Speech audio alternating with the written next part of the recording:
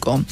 ¿Por qué el fenómeno del niño podría traernos consecuencias para la salud? Esta es una de las preguntas que le vamos a hacer al doctor Daniel Sánchez, docente de microbiología de la Universidad UTE. Bienvenido, doctor. Qué gusto. Gracias por acompañarnos para hablar de un tema tan importante actualmente en el Ecuador. Muy buenos días. Muchas gracias, Nadia, por la invitación. Bueno, doctor, sabemos que el fenómeno del Niño se caracteriza por el calentamiento de la superficie del Océano Pacífico ecuatorial. Se produce aproximadamente cada 2 a 7 años. Precisamente nosotros los ecuatorianos estamos en riesgo de que el fenómeno del Niño este año sea complicado. No quiero hablar de alarmas, pero sí complicado, ¿no? Al momento el Niño ya se ha gestado en el Pacífico, aseguró la Administración Oceánica y Atmosférica de los Estados Unidos a inicio de junio del año 2023, ¿no? Del presente año. Se mencionó también que este evento climático arribaría a Ecuador entre noviembre y diciembre de 2023. Además, según un reciente informe del SPOL, los picos más altos de precipitaciones serían entre febrero y marzo de 2024. Según toda esta información que acabo de mencionar, doctor, los ecuatorianos, como lo dije, debemos estar preparados para lo que se viene. Primero quisiéramos saber cuáles son las enfermedades que trae el fenómeno del Niño. Bueno, existen varias aristas en cuanto a esta oscilación de temperatura que muy bien lo menciona. Este cambio en la temperatura pues va a afectar diferentes aristas. Comenzaría inicialmente indicando el cambio en cuanto a la alimentación, nutrición y sembradíos.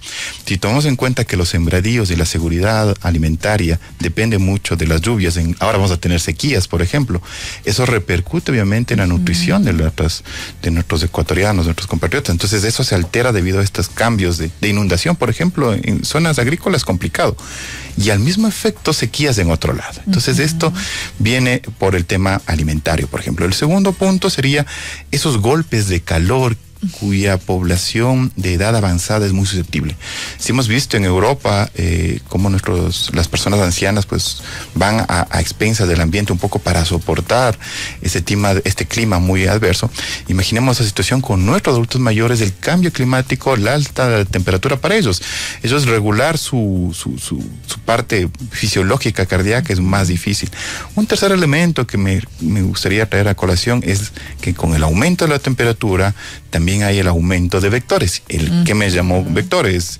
El mosquito, por ejemplo, que va a ser el instrumento para que disemine varias enfermedades que se dan por esa picadura. Hablamos de dengue, malaria, zika, chikungunya, entre otros. Ahora, estos elementos, un cuarto me gustaría anotar también, es el problema respiratorios que también se suelen asociar. Entonces, estimada y radioescuchas, fijémonos que realmente es un variopinto de situaciones que debemos estar prevenidos para evitar complicaciones y anticiparnos ante los efectos de, por ejemplo, el agua segura es un elemento que sí considero muy relevante. El agua segura en el tema de sanidad, de alimentación, cuidado, y al mismo tiempo esta agua segura que debemos tener tampoco debe proliferar mosquitos, ¿no? Porque sería contraproducente. Yo diría, a grosso modo, son uno de los efectos que esperaríamos se atenúen en los próximos meses con una previsión adecuada para evitar esto. Claro, y como lo había mencionado, doctor, con este fenómeno del Niño, ¿no? Tenemos esta probabilidad que los casos de dengue aumenten. Es correcto. Con el fenómeno del Niño existe el riesgo de aumentos de infecciones respiratorias agudas. Entonces, ¿qué pasa también en los poblados donde se prevé que exista estas inundaciones? ¿Qué va a pasar? ¿Qué están haciendo también los municipios actualmente?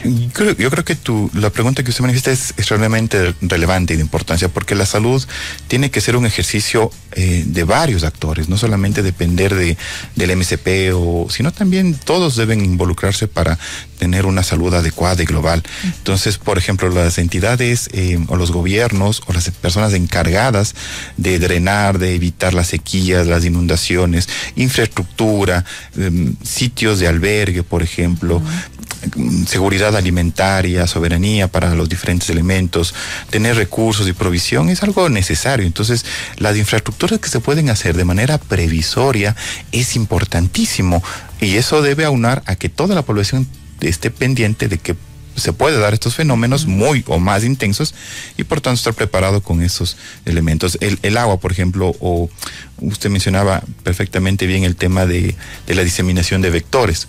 Incentivar a que cuando exista lluvias o agua emposada o toneles donde se almacene el agua, pues tengan una adecuada cubierta, limpieza, porque tomemos en cuenta que los vectores, los mosquitos, cuando eclosionan, cuando salen de huevos, no se van muy lejos a picar. Es decir, que cuando existe algún brote de alguna enfermedad vectorial, no es que está lejos, vino de otro lado selvático, no, es un problema muy urbano, y por tanto la responsabilidad de dejar una lata sucia, de una llanta, pues es responsabilidad social y de todos. Es responsabilidad de cada uno de nosotros también. Estos casos de cambios de temperatura bruscos, con las altas temperaturas o golpes de calor, también podría aumentar tal vez, doctor, el riesgo para quienes sufren de enfermedades cardiovasculares. Por supuesto que sí. Tomemos en cuenta que el corazón, como una bomba, depende mucho del flujo de sangre. Ahora, si nuestro adulto mayor tiene enfermedades como presión arterial alta, enfermedad renal o de los riñones, tiene diabetes, ese flujo de líquido es muy sensible. Entonces uno, cuando está acalorado, tiene un golpe de calor intenso, todo eso se evapora. Entonces, imagínate una bomba que no tenga una fuerza adecuada, el paciente es muy susceptible a muerte súbita u otros elementos cardiovasculares.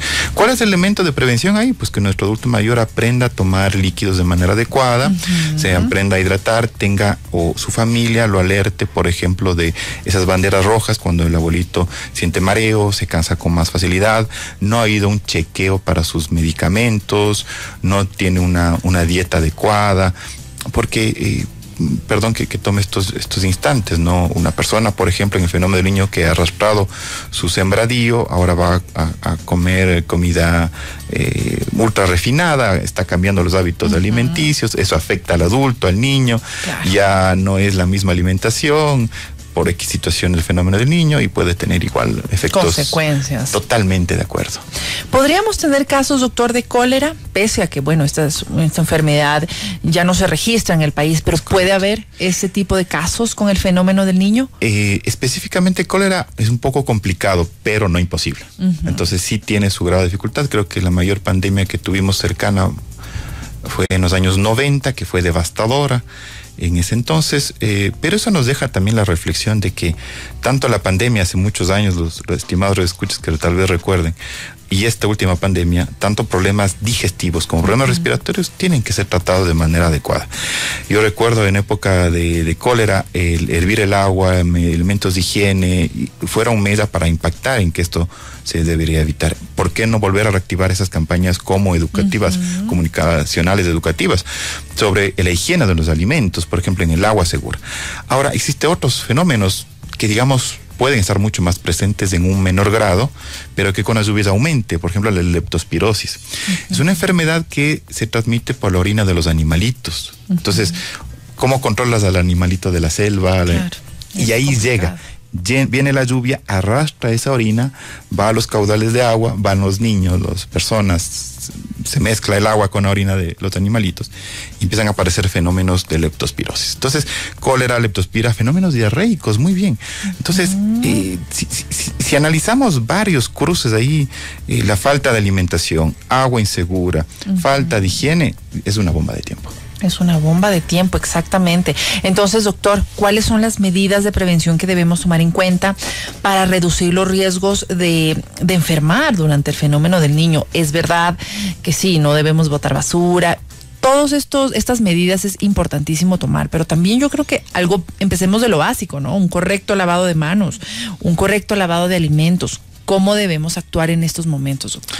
Perfectamente. Yo creo que si vamos de casa adentro hacia afuera, hacia la comunidad, está muy bien. La familia debe cuidar a sus adultos mayores, verificar su medicación, verificar su estado nutricional, ver dónde es susceptible. A la mujer embarazada, de igual manera, tener sus controles prenatales. Al niño menor de 5 años, sus vacunas. Fíjate, justo antes estábamos conversando la importancia de vacunas, porque si existe algún tipo de... La vacunación. Correcto, la vacunación es una de las medidas más importantes de prevención. tener agua segura en su casa. ¿Cuáles son las vacunas que debemos tener en cuenta para prevenir estas enfermedades que pueden venir con el fenómeno del niño? Por ejemplo, sarampión, rubiola, tétanos, de la meningitis, meningococo, son como los más importantes, porque estos se encuentran en un nicho donde existe hacinamiento, Dios no quiera, en un refugio con agua insegura, pues el niño ya está vacunado y puede proveer cierto nivel de prevención. Vacunación, higiene de manos, agua segura para los alimentos, alcantarillado, que eso tal vez ya sale un poco más del trasfondo familiar, pero no deja de ser importante para que la comunidad se pueda unar. Y los demás esfuerzos con respecto a avenidas respiratorias, esperemos en el mejor de los casos el impacto pues no sea muy amplio, pero más vale tener un escenario en el cual podamos contrarrestarlo y fomentar también la educación para la salud, que es importante. Exacto, doctor. Siempre es importante estar prevenidos. Totalmente. Las personas deben preparar tal vez una mochila de emergencia. ¿Cuáles son los elementos también esenciales que debemos introducir en esta mochila, doctor? Bueno, depende mucho del sitio geográfico donde se encuentre la persona. ¿Ok? Entonces, voy a imaginar una persona que vive en el valle o cercanamente a Quito o zona periurbana, quizás la mochila sí tenga algunos elementos importantes como protector para las lluvias, sombrillas, ponchos de agua, su electricidad, baterías, una radio, agua segura, alimentos no perecibles. Imagínate volver a magnificar, Dios no quiera, el tema de lo que pasó en Agasca, otros elementos, por el tema de lluvia, ¿no? Entonces, la susceptibilidad es enorme, sea en áreas rurales, periurbanas, es importante. Quizás también tener los identificación de cada familia, son como los elementos, diría, más esenciales y básicos para esto. También debemos tener a la mano, doctor, un botiquín de primeros auxilios esencial, que incluya medicamentos. ¿Cuáles son los que nos recomienda? Por ejemplo, cada familia yo creo que tiene sus medicamentos familiares, ¿no? Sí. Entonces, ¿pero qué es lo que no debe faltar? Bueno, elementos como vendas, gasas, elementos antisépticos, cintas adhesivas, curitas, son como los elementos esenciales para trastornos físicos. Agua, sales de rehidratación oral. Yo soy un fiel creyente de que tecnología básica y necesaria y accesible es importante, entonces sales de suero de rehidratación oral creo que es algo importante. Adultos mayores, la medicación que ellos crónicamente toman, verificar que no esté caducada, por supuesto. Exacto. Y termómetro y tijera sería como algo muy esencial, diría yo, pero de alguna manera necesario. Perfecto, eso sería lo ideal para que nosotros podamos armar tanto nuestra mochila de emergencia como nuestro botiquín de primeros auxilios. Recordemos, doctor, también que el Ecuador fue golpeado entre el año 1982 y 1997 por este fenómeno que cobró lamentablemente decenas de vidas y destruyó gran parte de los cultivos. ¿Cuáles son las ciudades del Ecuador donde más se verían afectadas por el fenómeno del niño en este año, doctor? Bueno, considero que las provincias costaneras son las más complicadas en este sentido. Esmeraldas, por ejemplo, es una área fluvial, pantanosa, bastante complicado. Sin lugar a dudas, Esmeraldas y Manabí son de las zonas donde las enfermedades vectoriales, las transmitidas por picaduras de mosquitos, son mucho más diseminadas. Entonces, el enfoque ahí es relevante. Ahora, tomemos en cuenta que Guayaquil, es la ciudad poblada más grande del Ecuador. Áreas periurbanas, por ejemplo, donde existe déficit de agua potable o alcantarillado, son también un nicho importante para que varias enfermedades se presenten. Entonces, en la sierra, por ejemplo, tema de deslaves como lo de Guamote, muy doloroso recordar, pero nos hacen la reflexión de que existen elementos en los cuales ahora es el momento de precautelar antes de que ocurran estas situaciones. Creo que, vuelvo a repetir, quizás lamento ser reiterativo, pero la salud tiene que ser amplia, comunitaria y social. Exacto. Entonces, no solamente una responsabilidad de alguien, sino de todos, porque de esa manera podemos sobrellevar comunitariamente algo mejor en este fenómeno que tenemos que enfrentar. Esas serían como que las ciudades más afectadas, doctor. ¿Por qué se ha mencionado también que Ecuador y Perú van a ser los más afectados? Bueno, los países más afectados. Exactamente, porque si usted toma en cuenta geográficamente, no oceanográficamente, no soy experto en el tema, pero es un choque de calor, es una ola de calor que viene directamente a las costas, justamente en la zona ecuatorial. Entonces, imagina que viene ese golpe de calor climático y marítimo, pero de frente a las costas. Claro, ahí el cambio en el clima por este ciclo de la lluvia influye muchísimo. Entonces, por supuesto, Ecuador, pero está ahí, en la diana, en la diana de esa flecha. Exacto. Y Perú también. Y Perú, por supuesto. ¿Y Colombia? En menor grado, por supuesto que sí, ellos tienen otros fenómenos. Pues el gobierno está tomando todas las alertas posibles. Esperemos que haga de la mejor manera. Pero se ha mencionado, claro, que Perú y Ecuador, sobre todo Ecuador, están en este gran riesgo, ¿no? Se están preparando tal vez simulacros en distintas provincias, especialmente del litoral ecuatoriano, que siempre se ven más afectados por este tipo de eventos. Por supuesto, el tema de inundaciones es crítico en la costa. Tomemos en cuenta que cuando existen inundaciones, el agua se contamina. O sea, ahí no existe una diferenciación clara entre agua servida, potable, de reservorio. No. En una inundación eso es todo complicado. Ahora, la susceptibilidad, eso es enorme y es un caldo de cultivo, diría yo, llevando un poco a lo que trabajo, pues un caldo de cultivo donde exista un desarrollo importante de microorganismos. Así que eso hay que precautelar. Y los simulacros entonces excelente. Lo están realizando. Sí. Esperemos que la comunidad también colabore en ese momento y que no en el momento de susto actuemos, sino previamente y concienciar, de lo que realmente está sucediendo, ¿no? En el caso de existir, doctor, una afectación, por ejemplo, en la infraestructura educativa, ¿cuáles son las estrategias y los planes de contingencia que se están implementando? Bueno, yo creo que cada área del Ministerio de Salud Pública va a tener sus planes ante esta situación. Vuelvo a reiterar que si bien algo nos dejó la pandemia son estrategias educativas alternativas. Sin embargo, a desmedro de la tecnología, eso es un poco complicado en zonas rurales. La tecnología, por más voluntad y que esté plasmada en un plan, sin lugar a dudas, el llegar a nivel educativo es algo importante. Volver tal vez a clases remotas, telemáticas, pero vuelvo a reiterar, no es lo mismo y ahora necesitamos afianzar mucho la educación en nuestro país. Soy un fiel ferviente también de que el contacto con el estudiante como docente es necesario, así que... Exacto, justamente mi pregunta iba por ahí, porque como usted es docente, doctor, entonces está enterado un poco de los planes también que se están realizando por este tema del fenómeno del niño, que es importante también tomar en cuenta en las instituciones educativas y sobre todo prevenir enfermedades también en las instituciones educativas, doctor. ¿Cómo están realizando también este seguimiento? Claro, por ejemplo, las baterías sanitarias o los reservorios altos de agua son importantes. Elementos de cloración, de filtrado, de lavado de manos, desecho de excretas, importante. Otro elemento, la ventilación de las aulas o elementos en los cuales se pueda limpiar el ambiente es importante. Enseñar lavado de manos adecuado. A los niños.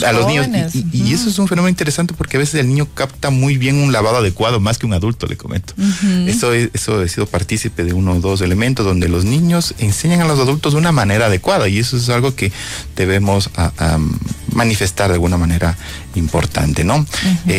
Lavar las frutas y los alimentos previos a llevarlo y lavado de la mano después de ir al baño. Son como los elementos básicos, extraordinarios para esto. Esas son las medidas entonces que se están tomando también en las instituciones educativas para prevenir enfermedades en los niños y en los adolescentes, doctor. Si alguien quiere más información sobre prevenir precisamente este tipo de enfermedades, ¿dónde puede tener más conocimiento, doctor? ¿Hay alguna página oficial o algo sobre el fenómeno del niño aquí en el Ecuador? Ahí en el Ministerio de Salud Pública existen las gacetas informativas. En las gacetas usted puede encontrar elementos de estadísticas inicialmente y también donde existe mayor susceptibilidad. Otros elementos también educomunicacionales se encuentran ahí también para poder establecer márgenes y de defensa, digamos, ante la prevención. Ministerios también pueden existir información adecuada. Antes había la defensa civil, no sé cómo se llama ahora. hace años me acuerdo la defensa civil, pero ministerios donde puede encontrar ahora lo que debe llevar una mochila, los elementos susceptibles y de esa manera tener a mano estos. Y por ejemplo, en el caso de requerir alimentos, doctor, ¿cuáles son los alimentos que debemos tener en esta mochila? También es importante. Claro. Que no se nos escape. Alimentos no perecibles, enlatados son los elementos importantes. Sales de rehidratación oral, considero, ante las olas de calor, importante, porque las sales de rehidratación oral te sirven para golpes de calor, te sirven para una hidratación adecuada, es importante la medicación, por supuesto que sí.